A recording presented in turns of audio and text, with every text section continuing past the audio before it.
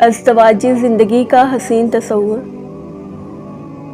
قرآن پاک میں میاں بیوی کے بارے میں جو تصور دیا وہ آج تک کوئی دوسرا معاشرہ پیش نہ کر سکا۔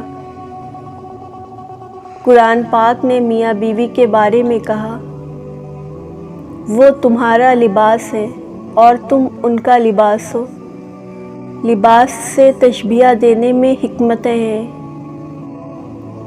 ایک یہ کہ لباس سے انسان کو زینت ملتی ہے، لباس سے اس کے عیب چھپتے ہیں، اور دوسری بات یہ ہے کہ انسان کے جسم کے سب سے زیادہ قریب اس کا لباس ہوتا ہے۔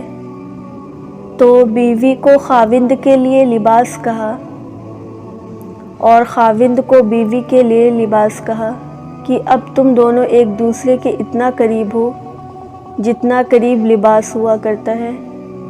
اب بتائیے، قرب کا اس سے بہتر تصور کوئی دوسرا پیش کر سکتا ہے؟ بیوی کو بیمار نہ کیجیے۔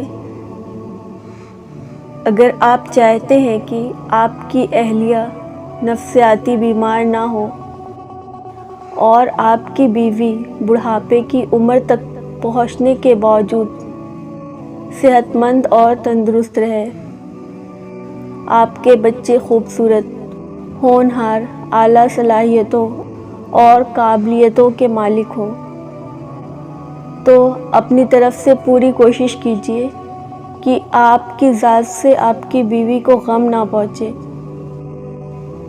اور آپ پر اس کو اتنا اعتماد ہو،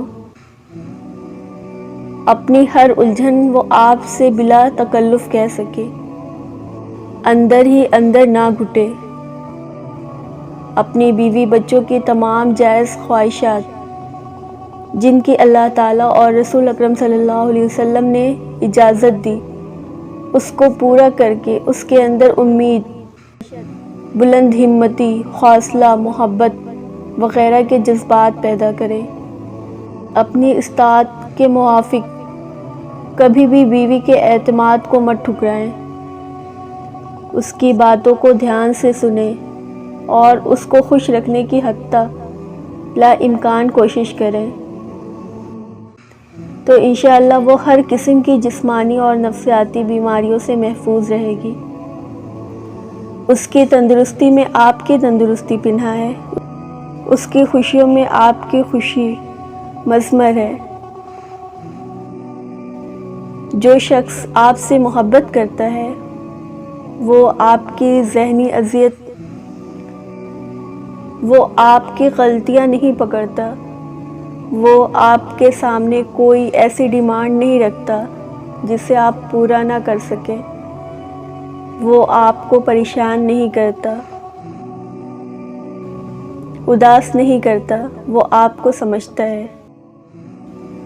عورت ذات ایسی ہے کہ اگر اس کا دل تم پر آ جائے تو وہ جھوپڑی میں بھی گزارا کر لے گی، اور اگر تم اس کے دل سے اتر گئے تو پھر چاہے اسے سونے سے بھی تول دو، اسے حاصل نہیں کر سکتے۔ عورت شک کبھی نہیں کرتی مگر بس پوچھتی رہتی ہے، وہ بس ڈرتی ہے دوسری عورتوں سے، شراکت سے۔ وہ محبت پوری چاہتی ہے۔ عورت کو مرد مکمل چاہیے ہوتا ہے، اور بہت لکی ہے وہ مرد جسے ایسی عورت ملتی ہے۔